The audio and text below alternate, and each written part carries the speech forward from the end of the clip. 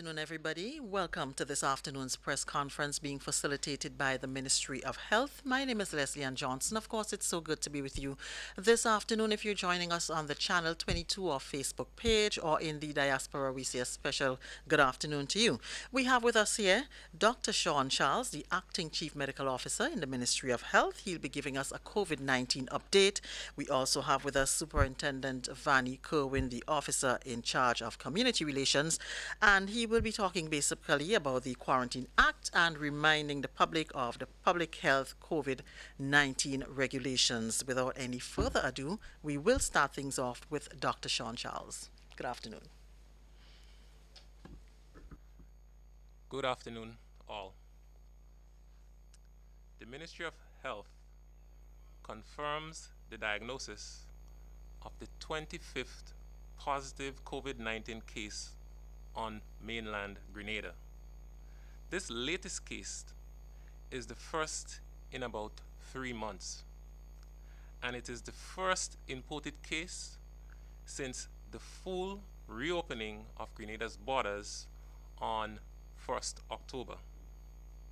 The confirmed case is a St. Andrew resident who returned from Canada and who regrettably left quarantine unknown to health officials before he was given the all clear to do so. This is exactly the kind of behavior that puts us all at risk, both on the part of the monitoring bodies and the individual. The ministry continues to employ every available measure to actively monitor and enforce the safety regulations for the protection of all locals and visitors. Understanding the risks involved in reopening the borders, the government has been proactive in training and engaging a comprehensive contact tracing team, including health wardens, which will be crucial in this period as we aim to deploy adequate manpower to combat this pandemic. We cannot emphasize enough how necessary individual responsibility is in this period. While we monitor and police extensively, there will be a few gaps, and the only thing standing between the gaps and the spread of COVID-19 virus is in our island is our individual and collective responsibility. We urge the public to please report any suspicious or unknown violator to us immediately upon identification. We resolve that every case will be dealt with to the fullest extent of the law. No one will be allowed a pass to knowingly put us all at risk. Any such behavior is unacceptable, callous, and deadly. In the interim, we remind that every incoming traveler must book an approved accommodation for a minimum of 5 days to allow for adequate quarantining and testing, and to obtain the results before being given the clearance to enter the wider community. Also, in order to continue being designated as a quarantine accommodation, all hotels must rigorously strengthen their security mechanisms to adhere to our stringent health and safety protocols. This particular individual managed to circumvent the system, but it was clearly a breach in the security arrangements at the accommodation facility. This cannot be allowed. The stakes are too high. We accept that this latest development falls squarely on the shoulders of health officials. We are addressing the gaps in our system that have resulted in this vexing situation. We are also immediately amping up coordination and communication between health officials, the accommodation facilities, and the Royal Grenada Police Force. We cannot afford any further lapses like the one we have seen this past week. Thank you. Thank you very much, Dr. Sean Charles. I'll hand you straight over to Superintendent Vanny Kerwin. Good afternoon. Good afternoon, Leslie, and good afternoon to you listening and viewing public wherever you are. Grenada, Carriacou, and Petit Martinique, and the diaspora. I'll start by saying, indeed, the news just presented to us by Dr. Sean Charles is very disturbing, and disturbing from different perspectives. In fact, we have been in the media for the last few months, reminding the public of their responsibility under the Act and as how we can keep ourselves safe and keep our country safe. In fact, in our last press engagement on September the 28th, 2020, we focused predominantly on the public health COVID-19 regulations and highlight various provisions of it, including infringement and penalties. As a reminder, these regulations replaced the Emergency Powers COVID-19 regulation and is now the standard bearing regulation going forward. The construct of this regulation, among other things, speaks to the wearing of masks in public, physical distancing and sanitization protocols for businesses and public transportation, and the requirements for gathering for social events, funerals, and weddings. In this last press engagement, we announced the law enforcement approach towards enforcing the Act and encouraged the public to comply, since compliance heavily weighted in mitigation of the spread of this virus. Therefore, we thank those of you who have taken the advice we provided seriously and have played your part as responsible citizens. However, there are many in our midst who have still refused to wear masks or face covering in public, forcing law enforcement to issue several fixed penalty tickets for non-compliance in the days since our last briefing. It's regrettable we had to do that, but you understand the consequences now of not doing that based on what Dr. Charles has just announced. In fact, only this morning, our commissioner have convened a meeting with senior commanders and mandated stricter enforcement of the protocols, especially for non-compliance for the wearing of masks. Therefore, we will continue to intensify our enforcement obligations, and we will step up ticketing for non-wearing of masks in public, since we have been very tolerant in the past. We have been paying attention to law enforcement responses in the region to their own regulations, and we have seen swift enforcement in St. Vincent and the Grenadines with arrest and court appearance. And only recently, St. Lucia adopted a zero-tolerance approach to enforcing their own protocols, especially as it relates to the wearing of masks. So we are not alone in the RGPF in trying to keep our citizens safe. The region is fighting the fight collectively to ensure COVID-19 virus stays away from the region. Let me talk a little bit about the Quarantine Act, which is another piece of legislation enacted to give parallel effect to the management of the COVID-19 virus, which is the Quarantine COVID-19 regulations. This regulation speaks to the need for accurate information, testing, quarantine, and/or isolation. Non-compliance of these provisions is an infringement under the regulation and carries a fine not exceeding $10,000. And I just want to reiterate that for emphasis. A fine under the Quarantine COVID-19 regulations is a fine not exceeding $10,000. Unfortunately, we have had some violations regarding these particular regulations. You have just heard Dr. Charles make mention of the fact that there were violations. And I just want to go on record as saying that in addition to the case that Dr. Charles mentioned, we have in excess of 3 violations from the Quarantine Act for which we are currently investigating.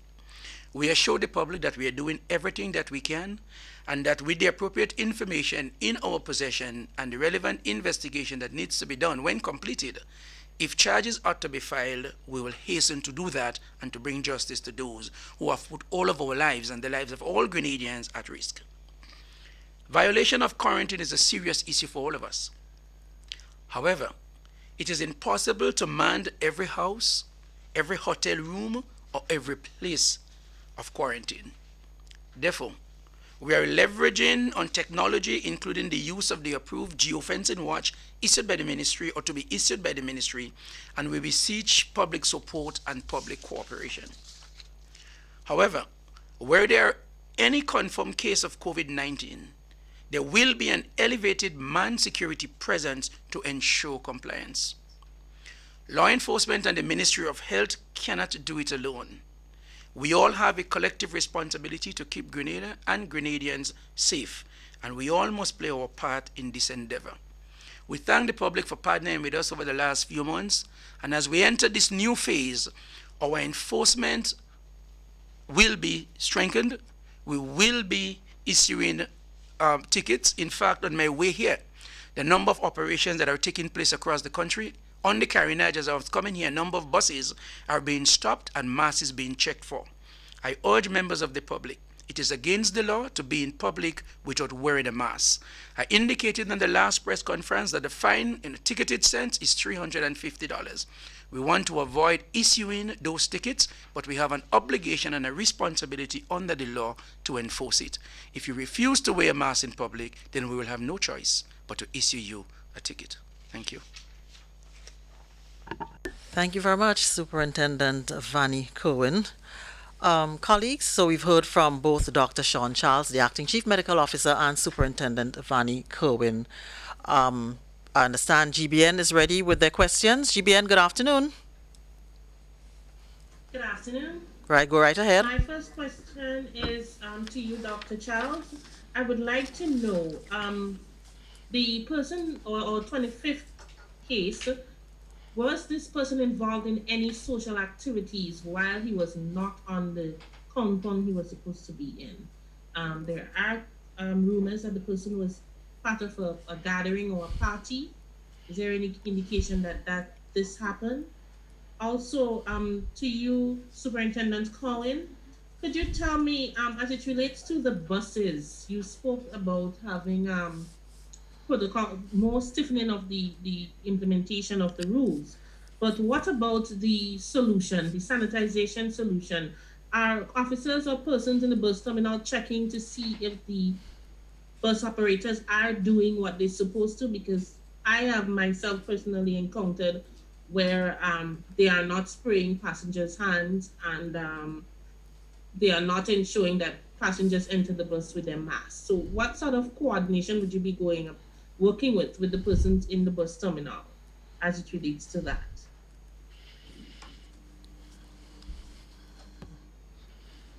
Thank you for your question. We have received numerous reports alleging that the individual was present at social gatherings. We are at present investigating these reports, and if individuals are aware that they were present at these gatherings while the individual was there, we urge them to quarantine themselves and contact health officials. The contact tracing process is actively ongoing, and we are pursuing all leads that reach our desk. Thank you for your question. I indicated in our last press brief on the 28th of September that we were allowing for education to take place and there were leeway for violators of the regulation. I indicated just a few moments ago that we have stepped up our enforcement.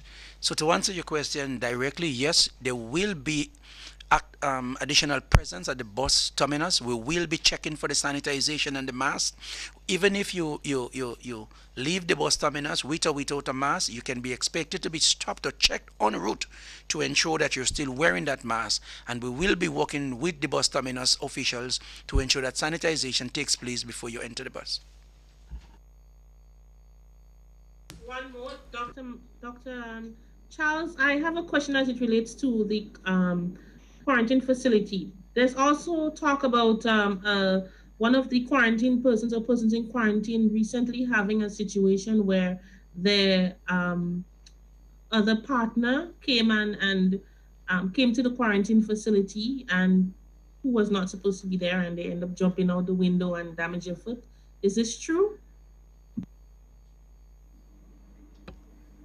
Right. So I can confirm that there was an incident where an individual um, breached one of our quarantine accommodation in an attempt to meet someone.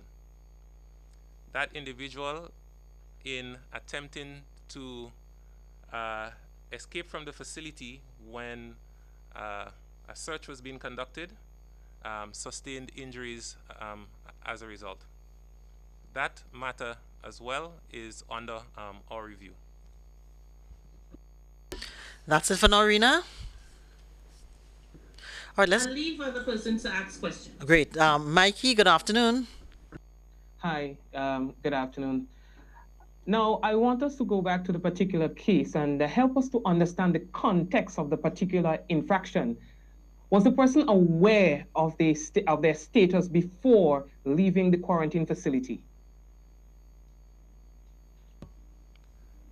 So the individual had the sample taken on the morning of the 4th day.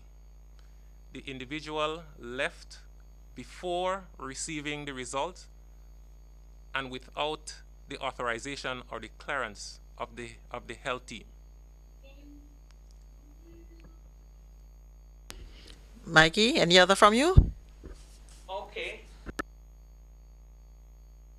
In terms of the contact tracing, how widespread is the contact tracing as a result of this particular breach? The contact tracing operation is as wide as it takes us. We follow every lead to see if there is any validity in the information that is provided. The public has been very supportive so far in providing us with information, and we encourage persons to continue supplying us with information because we will follow every lead, because it is absolutely important that we investigate every angle and every bit of information that is provided to us to ensure that we do not have an onwards negative situation here. Mikey, any other? Just one more follow-up question before we move. I would like to have a better appreciation for how did the ministry or how did the authorities discover the breach? So, upon receipt of the results of the test, we inform individuals individually about their result. And given that there was a negative result, of course, we had to contact the individual to inform him of his negative result. And when we made contact to his quarantine location to achieve this purpose, the individual was not there.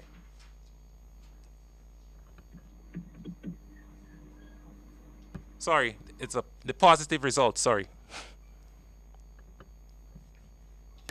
Okay, Mikey, that's it for you for the time. So we just want to be clear. It's a positive result. It was a mistake. It's a positive result he meant. Mikey, do you have another question? I'll continue in the next round. Great. Linda, good afternoon.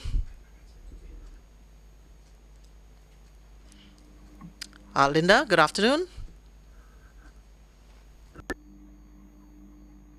Hi, afternoon. I'm Right. here. Yes, go right ahead. Yes. My question presently is for Dr. Charles. I don't know if I missed it, but can you tell us whether or not it is a male or a female who breached? The individual was male. Okay. And just and Was that person in home quarantine or hotel quarantine? the person was And you mentioned that quarantined. person is from St. Andrews. Which part of St. Andrews, if we can break it down? Okay. So as I said, the individual was male. I know I'm going to get asked. He was in his 30s. The individual was at one of our approved accommodations. And the individual was, his address is in Tivoli in St. Andrew. Is that the confirmed address, or that's the address the person would have given to ministry official? This is the address where we went and encountered the individual. All right, this is where he's staying. You mentioned earlier that the person circumvent the system. Explain to us how he circumvent the system. All right, so each approved accommodation is required to have security. Everyone in quarantine is required to have clearance to leave the quarantine. He must have found some way to leave without the knowledge of the security at the facility. And in that way, we said that he circumvented the system. And finally, for now, from me, are there any household presently under quarantine because of that person? And where did you find the person? Yes, there are households presently under quarantine as a result of exposure to this individual. Can you clarify the question? Where did we find the individual? Yeah, did you find him in his home, or you found him on the Yes, he was. Lyman? Where was he found upon going to look for him now? He was found at his home in Tivoli in St. Andrew. Okay. And the household under quarantine, approximately how much persons are affected by that, and does it involve students? How many persons are affected? Like I said, the investigation is ongoing. So I do not have that figure for you at present. When we do get that number, we can make it available. No, I'm speaking about the household that are presently under quarantine because of the person. Is there a collective approximate number of persons who are affected now that are currently under quarantine? Yes. Because you said there are households under quarantine. So in this household, approximately how much persons? And does it involve students? Well, it is not one household. All right. There are going to be many households that are affected. All right. As we get more information and as we identify more contacts, those persons are placed under quarantine. All right. I do not have I cannot give you a number at present. Like I said, the situation is fluid and ongoing. All right, Linda, that's it. I'll pass on to somebody else. Good afternoon, Tanya. Yes. Tanya, good afternoon. All right, is Nancy McGuire there? Yes, I'm here. Okay, good afternoon. Go right ahead. The minister had said last week there were some 69 persons on the JetBlue flight that had not registered as an approved accommodation and expected the ministry to respond by checking their homes. I'm just wondering how you handled that. And there are still people from the Air Canada flight that have not received the results of their first tests, and wondering where the loophole there is. Thank you. All right, I will try to answer that question to the best of my ability. Now, we are faced, it seems, with the majority of these flights with a situation where, and this is something that is seen more, that is seen with basically locals who are returning to Grenada. We are faced with a situation that a large number of locals are simply not adhering to all of the entry protocol. The entry protocol states that you must have a booking for a designated period upon entry into Grenada. This is to prepare for your quarantining and monitoring and testing before going home. There is a large section of the population that is returning that is not obeying this part of the entry protocol. And when they land at our airport, it creates a huge problem for the health officials and everyone else who has to process these persons. Some of these individuals, in addition, are very belligerent and combative, demonstrating very little care for the population, for our local population. This is a situation that the Ministry of Health or Port Health officials have been battling for months.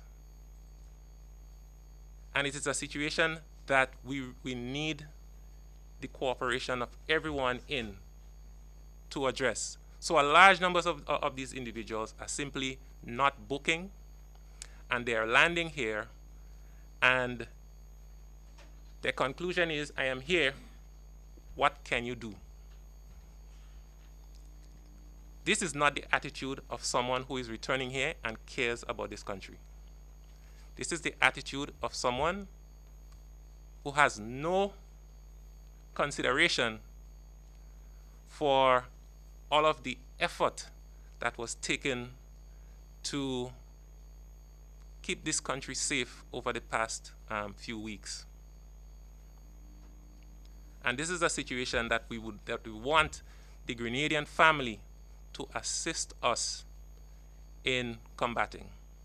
This is a situation that simply cannot continue. If you do not care about this country, don't come back. You are not doing us a favor by returning here. All right? If you do not care about this country, do not come back. We want everyone to cooperate, obey the protocols, so that we all can remain safe and we can avoid unfortunate situations like this one. Now, when those persons arrive, our health team has to find a way to book them somewhere. All right, we have to find somewhere to put them, and it creates a very difficult situation for us. All right, in most instances. So how do we deal? This is a very tricky situation. How do we deal with something like this, Dr. Charles? Well, if my appeal to the government, to the Grenadian family, doesn't work, I'm not sure what will. We may have to be more draconian in what we do. We may have to be more restrictive in what we allow and in who we allow to land on our shores. But we really do not want things to reach at that stage. We would really prefer persons to be a bit more cooperative. Help us to keep this country safe. Thank you, Dr. Charles. Nancy, Superintendent My Kerwin, is that? question about those that have not received their results from their first test, when will they get them and why have they not received them? Well, if they have not Thank received you. their results as yet, it may likely be that there were communication issues in reaching those individuals, because all of the results from that flight are in. Any other? From you, Nancy? Yes, one more. When you do deal with this case number 25,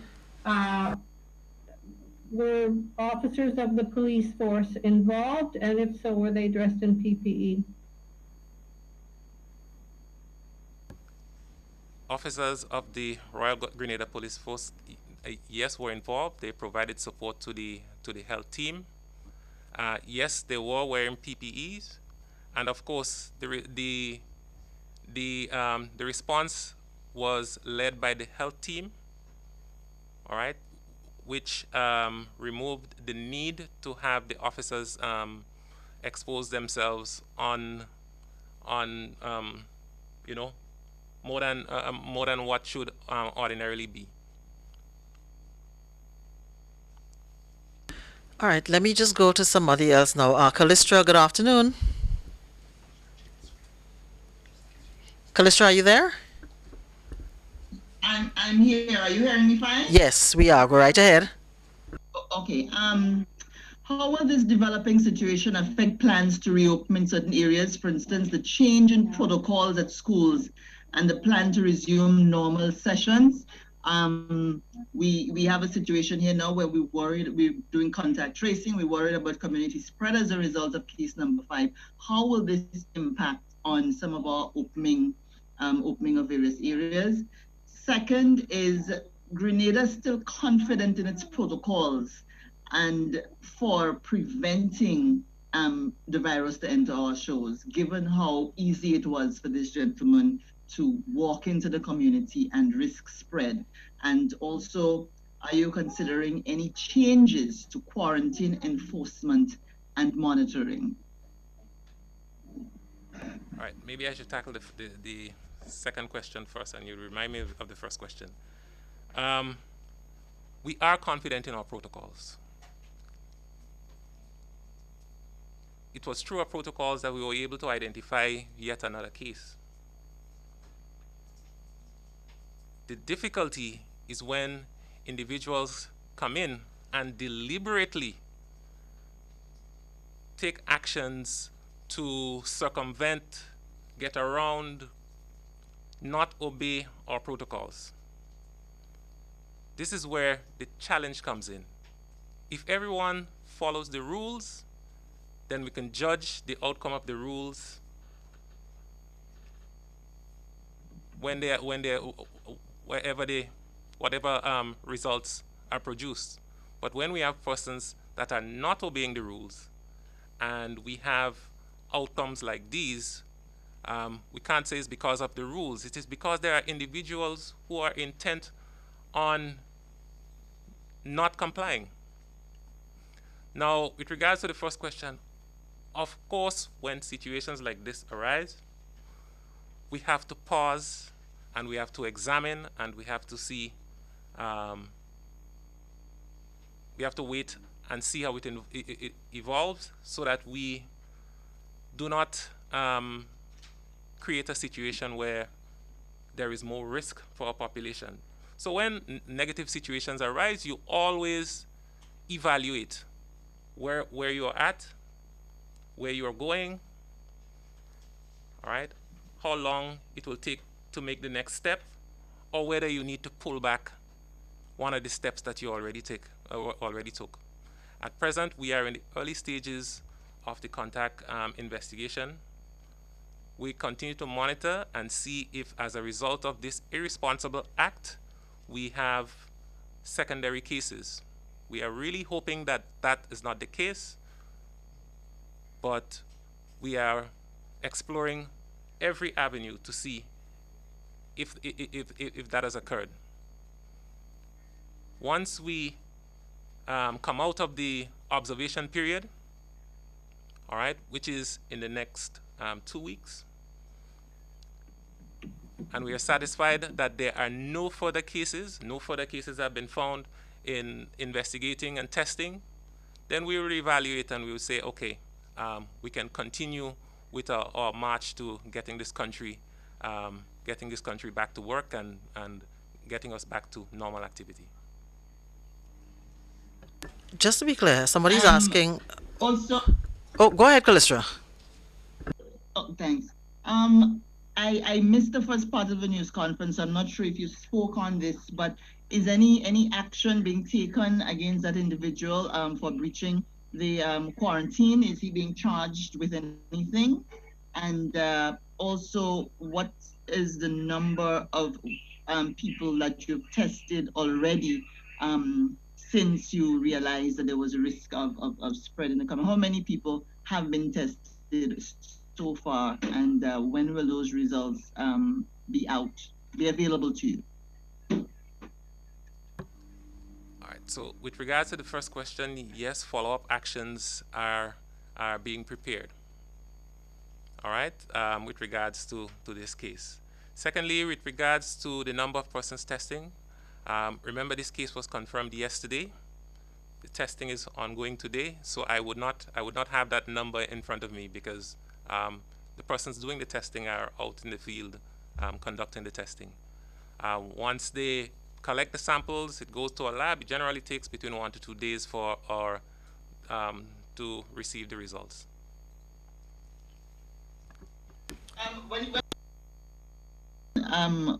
Can you explain a bit more? What exactly is the authorities going to be doing regarding this breach? Well, the individual has breached our quarantine requirement and our quarantine regulation. So whatever legal remedy is in place to deal with such an issue is being contemplated. That's it, Callistra? Did he say anything when he was taken, when he was caught yesterday? Did he say anything? Did he give any sort of explanation as to why he did this? No, he did not volunteer that information. Okay, thanks. That's all for me right now, Leslie. Okay, Thank you. great. Somebody's asking on social media, what measures would be in place to ensure that there's not a repeat case of somebody intruding, or again, like the individual leaving the facility? So as I mentioned, when things like this happen, it causes us to evaluate where we are and to look and see what we can strengthen. And that is what is occurring at present. As I mentioned, those accommodations that offer quarantine, their security mechanism must be strengthened in order for them to continue to be in a position to accept persons for quarantine. Mikey, do you have another question? Hi. Go ahead. All right. We have heard a lot about the watches, the tracking watches, the geofencing watches. We've heard about tracking apps, and just so that the general public doesn't have a false sense of security, how has these been assisting the authorities in tracking persons who have committed breaches? Is it effective at all? All right, so the tracking watches have not yet been deployed. The tracking app is available. I do not have the statistics on how many persons have used it.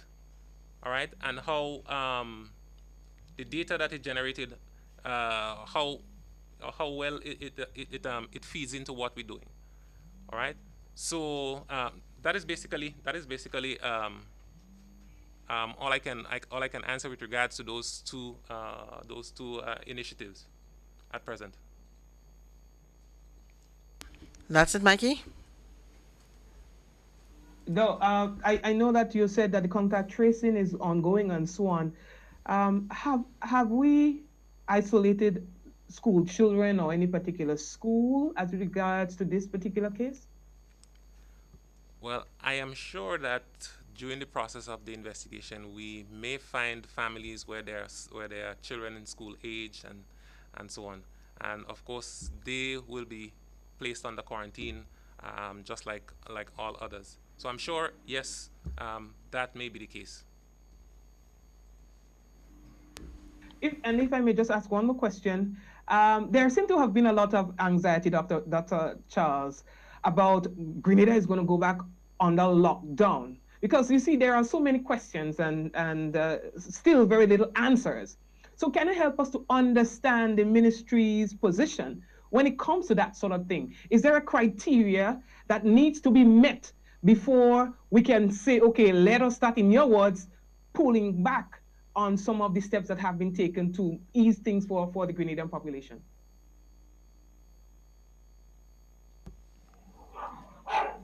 At present, I am not aware of any plans to go back into another lockdown.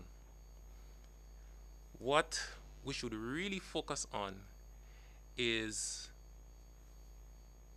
how can an incident like this drive home the message to the public that it is necessary to obey the quarantine regulations, to wear your mask when in public, which is there in the regulations, to sanitize, to social distance. I am certain that there are individuals experiencing very anxious, very nervous and frightening moments right now and regretting not wearing a mask. I am sure they would have felt a tad more comfortable if at the time when they were found to be in close proximity to the individual, cares were thrown to the wind.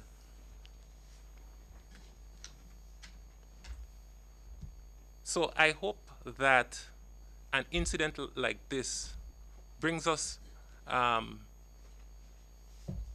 back to a point where we see the value in simply obeying, and we see the value in stopping resisting. The police should not have to be chasing after loaded buses with no one wearing masks after something like this. Because what if I told you that someone was exposed unknowingly and they're riding in the bus next to you, yet you're not wearing a mask, and that person is not wearing a mask? What would it take for persons to understand that personal responsibility is the most important part of us combating this disease? If you simply choose not to follow any instruction, we cannot police you into the confines of your home and those private places where you choose to hang out. If you choose not to obey and you choose to throw cares to the wind, we could already throw our hands up and say we've lost. Grenada is not an isolated place. You can turn on your news, see what is happening in the international community. This disease is on the comeback.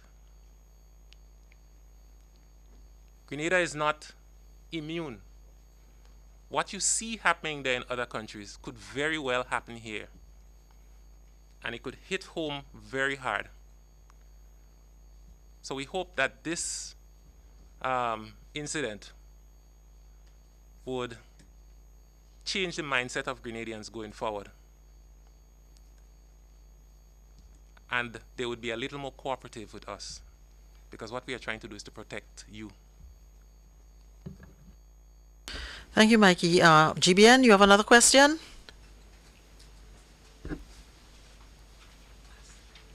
Yes, I do. My question, I don't know if I missed that, Dr. Charles, because the audio was a bit low on my side, but could you tell me the person's age and if they are presently asymptomatic?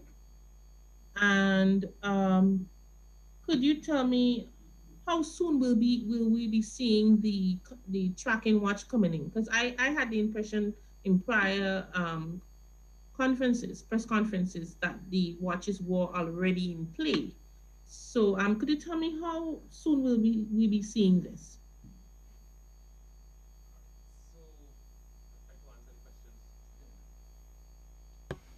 Yeah. So, like I said before, the individual is in his 30s, early 30s. He's male. He reports no symptoms. No symptoms. The watches that that you ask about, the watches are here. Their deployment is inevitable and soon.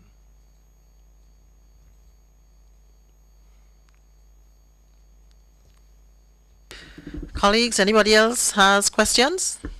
We're coming up to the 1 hour mark. Yes, Liz, I have a question. All right. Okay, I added a follow-up. All right, go ahead. Could Dr. Sean tell us where the person is presently, whether or not they're in home or government facility doing quarantine? Well, he did. My other question was whether or not the person is asymptomatic or showing symptoms. Is there, in initial preliminary inquiry with the person, is there any indication that that person possibly would have been unwell while before coming into Grenada a few days in advance? And my final question for now is this the first person to breach quarantine under that circumventive way that he explained? Or is it is the first person that we have been caught to be positive? What the other person who would have lived quarantine but it turned out to be negative? And is he the first person who would have lived but happened to be positive? With regards to the first question, the individual is in state supervised quarantine facility. Well, I can't remember the second question, but I remember the last. The last question was this the first individual that breached quarantine? No, he's not. He's not the first, and I'm sure he may not be the last. And yes, he is the first that is positive. My second question was whether in the preliminary investigation is speaking to the individual, whether they would have been sick previously or is it saying they had no idea that they would have been unwell before? No, the individual indicated that he had not been sick previously, that he had other tests done and they were negative. And okay, before I go, has Grenada seen any sign or any reason to believe that persons are coming with questionable results of PCR testing? Is there any indication that somebody might be carrying a fake document? Well, what I can tell you is that that is something that is of concern not just to us, but other countries in the region. Persons can go to great lengths to falsify documents when they desire to enter another state. That is the reason why we quarantine individuals and we test them after a period of time locally to ensure that their status does remain negative as their PCR states. That's it for you, Linda? Yeah. All right, great. Nancy, you have another question? Yes, I was wondering if the case number 25 was wearing one of those geofencing watches. And just going back to my question about people that had no intention of going to an approved accommodation, and you anticipate that, you're upset about it, what will you be doing about it going forward? Thank you. All right. So with regards to the first question, the answer is no. He was not wearing a watch. With regards to the individuals who continue to not adhere to the entry protocols and to entry requirements, we are. You see, every time when things happen, it allows us to sit back and consider what our next step should be. We would like to facilitate travel. We would like that everyone is able to be reunited with their relatives with as much ease as possible. But we do recognize that there are individuals that are intent on making this extremely dangerous. We will continue to examine and see what other resources and what other strategies that we can deploy to ensure that this is not a situation going forward in the future. I know that there are initiatives right now being considered. There is a platform that the Ministry of Health and together with Immigration and so is working on that would allow persons to register, all right, to come to Grenada and to receive a travel certificate which ensures that they have fulfilled our criteria before landing.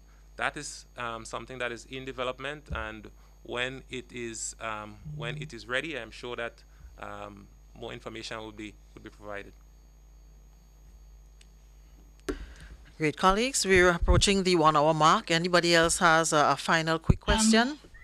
I have a quick question, Leslie Ann. Okay, yeah, all right. Just one at May a time, I? please. Yeah, go ahead. Okay.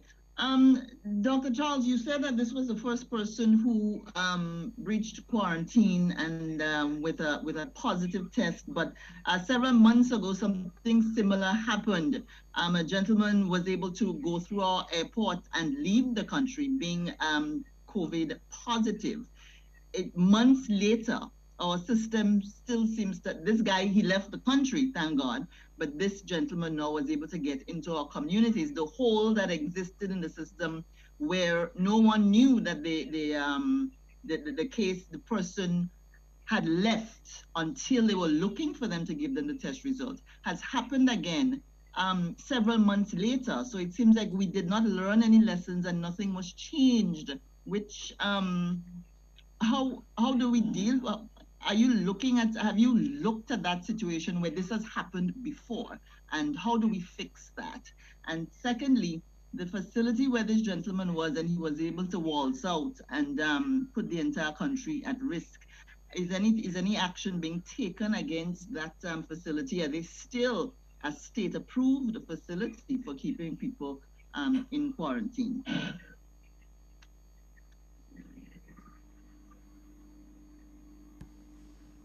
All right, so I think I think that you might have been referring to an issue that we had very early in the COVID-19 situation, where an individual had left. I believe it was a similar situation where his results were pending, and he boarded a flight without our knowledge, and then and left the country. The situations, although they have some similarities, are different. At that time, we were in a different place. At that time, we had to wait for samples to come back from Trinidad to give us a confirmation, and it took a bit more time. All right, so that is something that occurred at that time. This time, it is a returning individual who was in quarantine, all right, and breached all quarantine requirements. All right, every situation has its similarities and its differences, and of course we have to deal with them according to their own characteristics. What was the second question? That was the question? Okay, thanks. Right, there was somebody else voice competing with Callistra's. You have the opportunity to have one final question, and then we'll wrap this up. Leslie, you didn't respond to my question regarding this gentleman left where he was. Is it still in a facility by the Ministry of Health, given the lack security for keeping people in? All right, like I said, all of the facilities that wish to continue as quarantine facilities, they must make efforts to strengthen their security arrangements in order to maintain that status. If they cannot or they will not, that status will be removed. All right, the final question goes to GBN. Good afternoon. Go right ahead quickly. Yes, just a final clarification. Dr. Charles, as it relates to the quarantine or the person who is the 25th case, I'm receiving information that the St. Patrick Anglican School students were sent home early because they were affected by this. Can you clarify that? And also that another case might be involved, a person from Mount Ridge who might have left the facility?